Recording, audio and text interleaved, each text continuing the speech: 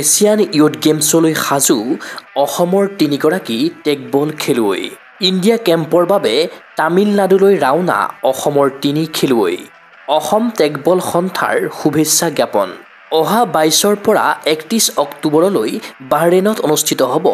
তৃতীয় সংখ্যক Asian youth games ২০২৫ এই আন্তঃৰাষ্ট্ৰীয় প্ৰতিযোগিতাৰ পূৰ্বে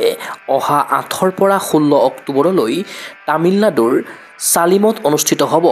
ভাৰতীয় টেগবল দলৰ প্ৰস্তুতি শিবিৰ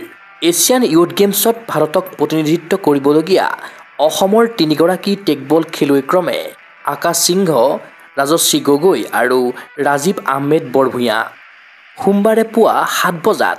বিবেক এক্সপ্ৰেছ যোগে গুৱাহাটীৰ পল্টন বজাৰ ৰেলৱে ষ্টেচনৰ পৰা তামিলনাডুৰ অভিমুখে অসমৰ তিনিগৰাকী খেলুৱৈ ইণ্ডিয়া কেম্পত অংশ ল'বলৈ ৰাওনা হৈছে অসম এৰাৰ প্ৰাক্ষণত দেওবাৰে নেহেৰু ষ্টেডিয়ামৰ প্ৰাংগণত অসম টেগবল সন্থাৰ তৰফৰ পৰা তিনিগৰাকী টেগবল খেলুৱৈক শুভেচ্ছা জ্ঞাপন কৰাৰ লগতে বিতৰণ কৰে টেগশ্বুট এই অনুষ্ঠানত উপস্থিত থাকিল অসম টেগবল সন্থাৰ উপসভাপতি ভৱজ্যোতি গোস্বামী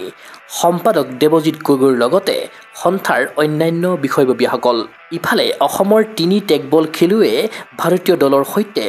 অহা ১৬ অক্টোবৰলৈকে প্ৰশিক্ষণ গ্ৰহণ কৰাৰ পাছত অহা ২০ অক্টোবৰত বাহৰেইনলৈ ৰাওনা হ'ব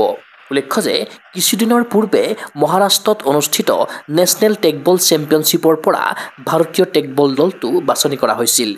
সেই মৰ্মে ৮গৰাকী খেলুৱৈৰে গঠিত ভাৰতীয় দলত আছে অসমৰ তিনিগৰাকী কৰ্ণাটকৰ দুগৰাকী তামিলনাডুৰ দুগৰাকী আৰু মহাৰাষ্ট্ৰৰ এগৰাকী টেগবল খেলুৱৈ ইয়াৰে ছিংগল আৰু ডাবলছ ইভেণ্টত অসমৰ খেলুৱৈসকলে ভাৰতৰ হৈ দাঙি ধৰিব প্ৰদৰ্শন অসমৰ তিনিগৰাকী খেলুৱৈক শুভেচ্ছা জ্ঞাপন কৰিছে অসম টেগবল সন্থাৰ সভাপতি লক্ষ্য কোঁৱৰে ক্ৰীড়া অনুৰাগীৰ আশা সমাগত তৃতীয় এছিয়ান ইয়ুথ গেমছত অপ্ৰতিৰোধ্য হওক ভাৰতীয় টেগবল দল পদক জয়েৰে অসম তথা ভাৰত মাতৃক কৰক গৌৰৱৰ ভাগিদাৰ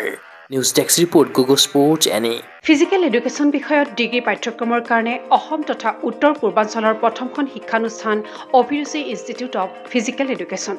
২ বছৰীয়া ফিজিকেল এডুকেশ্যনৰ BPEd পাঠ্যক্ৰম আৰু 4 বছৰীয়া BPES পাঠ্যক্ৰমৰ বাবে নামভৰ্তি চলি আছে বিতংকৈ জানিবৰ বাবে আজি যোগাযোগ কৰক যোগাযোগৰ নম্বৰসমূহ হৈছে 9435100098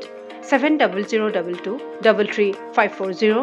88765210098 ৱেবছাইট www.aipguwahati.in